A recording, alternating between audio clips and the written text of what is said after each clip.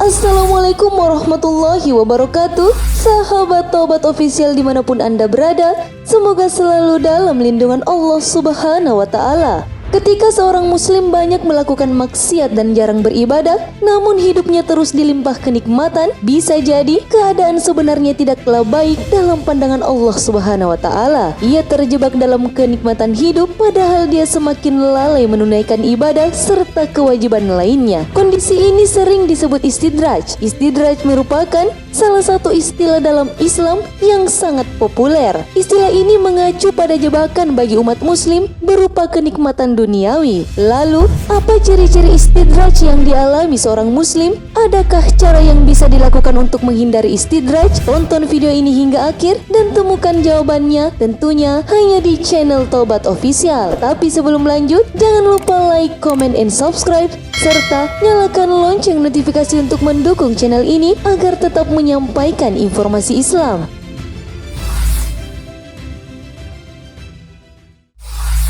Istidraj diambil dari kata daraja yang dalam bahasa Arab berarti naik dari satu tingkatan ke tingkatan berikutnya. Namun secara istilah, istidraj memiliki makna azab berwujud kenikmatan. Bila kamu melihat Allah memberi pada hamba dari perkara dunia yang diinginkannya, padahal dia terus berada dalam kemaksiatan kepadanya, maka ketahuilah bahwa hal itu adalah istidraj, jebakan berupa nikmat yang disegerakan dari Allah. Hadis riwayat Ahmad. Ciri-ciri istidraj yang dialami seorang muslim: nikmat bertambah, iman menurun. Ciri-ciri yang pertama, yakni ketika seseorang selalu dilimpahkan kenikmatan duniawi padahal keimanannya terus menurun, adalah ciri istidraj. Allah Subhanahu wa Ta'ala telah memberikan kenikmatan duniawi, namun tak semata-mata memberikannya begitu saja, melainkan di baliknya ada ujian yang sungguh berat dan perlu dipertanggungjawabkan di akhirat kelak. Kenikmatan duniawi yang diberikan kepada mereka yang beriman dan tidak beriman tentu sangat berbeda. Mereka yang beriman akan selalu bersyukur dan mendapati ketenangan dalam hidupnya. Namun, hal ini tidak dirasakan oleh orang yang tidak beriman. Mereka justru sebaliknya akan merasa kurang dan gelisah meski tengah menikmati harta yang berlimpah ruah.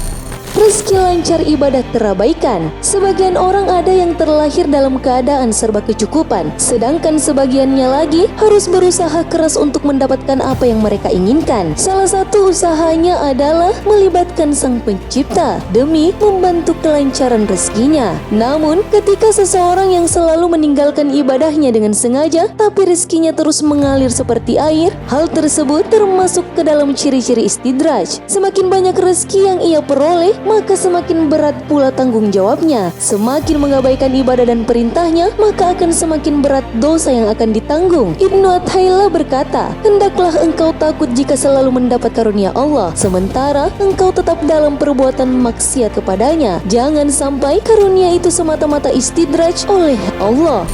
Hidup sukses tapi selalu bermaksiat. Ali bin Abi Thalib radhiyallahu anhu berkata, hai anak Adam, ingat dan waspadalah bila kau lihat Tuhanmu terus-menerus melimpahkan nikmat atas dirimu, sementara engkau terus-menerus melakukan maksiat kepadanya. Dalam perkara ini, sudah jelas bahwa maksiat akan menyebabkan kehancuran dan penderitaan. Akan tetapi, ketika maksiat terus berjalan seiring bertambahnya kesuksesan, maka hal tersebut merupakan kemurahan hati yang Allah Subhanahu wa Ta'ala berikan dalam bentuk istidraj yang mesti diwaspadai.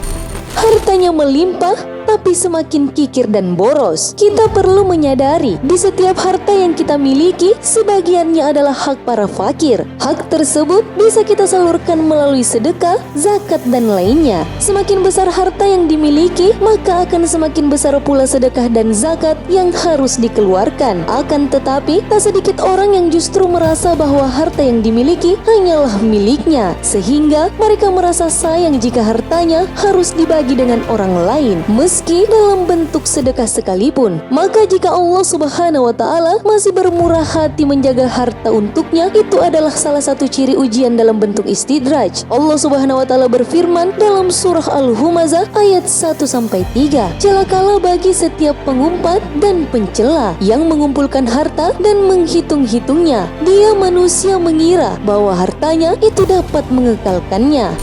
jarang terkena musibah sakit. Kita bukanlah robot yang tidak bisa jatuh sakit. Tubuh kita bisa lelah dan perlu istirahat sejenak. Jadi sakit seperti hal yang wajar terjadi pada manusia. Sebab ada masa di mana sistem imun menurun sehingga menyebabkan sakit. Namun, bagi orang-orang yang sedang mendapatkan ujian berupa istidraj, biasanya mereka jarang sekali jatuh sakit karena seperti yang kita tahu, hikmah dari sakit ialah pengguguran dosa-dosa yang ada dalam diri kita. Imam Syafi'i pernah mengatakan mengenai perkara ini bahwa setiap orang pasti pernah mengalami sakit suatu ketika dalam hidupnya. Jika engkau tidak pernah sakit, maka tengoklah ke belakang, mungkin ada yang salah dengan dirimu.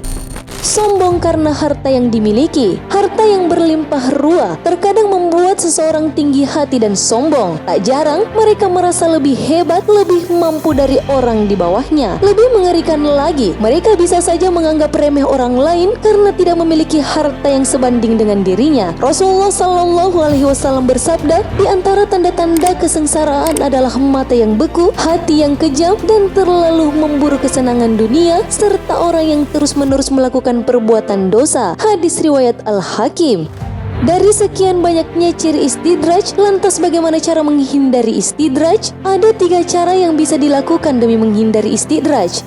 Meningkatkan keimanan dan ketakwaan. Cara pertama menghindari istidraj adalah dengan meningkatkan keimanan dan ketakwaan kepada Allah Subhanahu wa Ta'ala. Jadi kedua hal tersebut sebagai landasan bagi kita dalam menjalankan kehidupan yang hanya sementara ini. Karena dengan iman dan takwalah kita akan meraih keberkahan yang sesungguhnya. Allah Subhanahu wa Ta'ala berfirman, dan sekiranya penduduk negeri beriman dan bertakwa, pasti kami akan melimpahkan kepada mereka berkah dari langit dan bumi. Tetapi ternyata mereka mendustakan ayat-ayat kami, maka kami siksa mereka sesuai dengan yang telah mereka kerjakan. Quran Surah Al-A'raf ayat 96. Mengerjakan amal soleh dan menjaga hubungan baik dengan sesama. Menjaga hubungan baik dengan Allah Subhanahu wa Ta'ala adalah hal utama yang mesti kita lakukan. Namun, menjaga hubungan baik dengan manusia juga tak kalah penting. Sebab setiap kebaikan yang kita berikan terhadap sesama, maka kebaikan tersebut akan kembali kepada diri kita sendiri. Allah Subhanahu wa Ta'ala berfirman dalam surah An-Nahl ayat 97. Barang siapa mengerjakan kebajikan, baik laki-laki maupun perempuan dalam keadaan beriman, maka pasti akan kami berikan kepadanya kehidupan yang baik dan akan kami beri balasan dengan pahala yang lebih baik dari apa yang telah mereka kerjakan.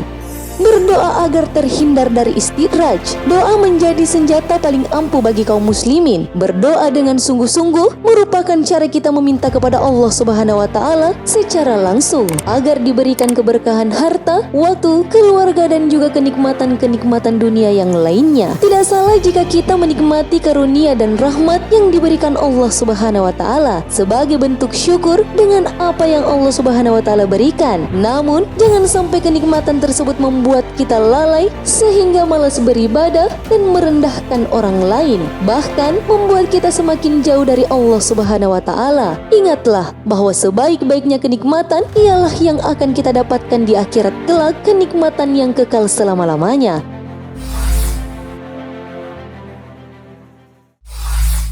Adapun jika ada kenikmatan dunia diberikan kepada orang mukmin, saleh, ahli ibadah, bukan orang kafir dan ahli maksiat, maka itu merupakan nikmat Allah Subhanahu wa Ta'ala yang disegerakan baginya di dunia, atau bisa juga ujian untuk meninggikan lagi derajatnya. Wallahu a'lam bishawab, karena kebenaran hanya datangnya dari Allah Subhanahu wa Ta'ala. Sahabat Taubat Official dimanapun Anda berada, Allah tidak akan menyiksamu jika kamu bersyukur dan beriman, dan Allah Maha mensyukuri, Maha mengetahui. Quran Surah An-Nisa ayat 147. Wassalamualaikum warahmatullahi wabarakatuh.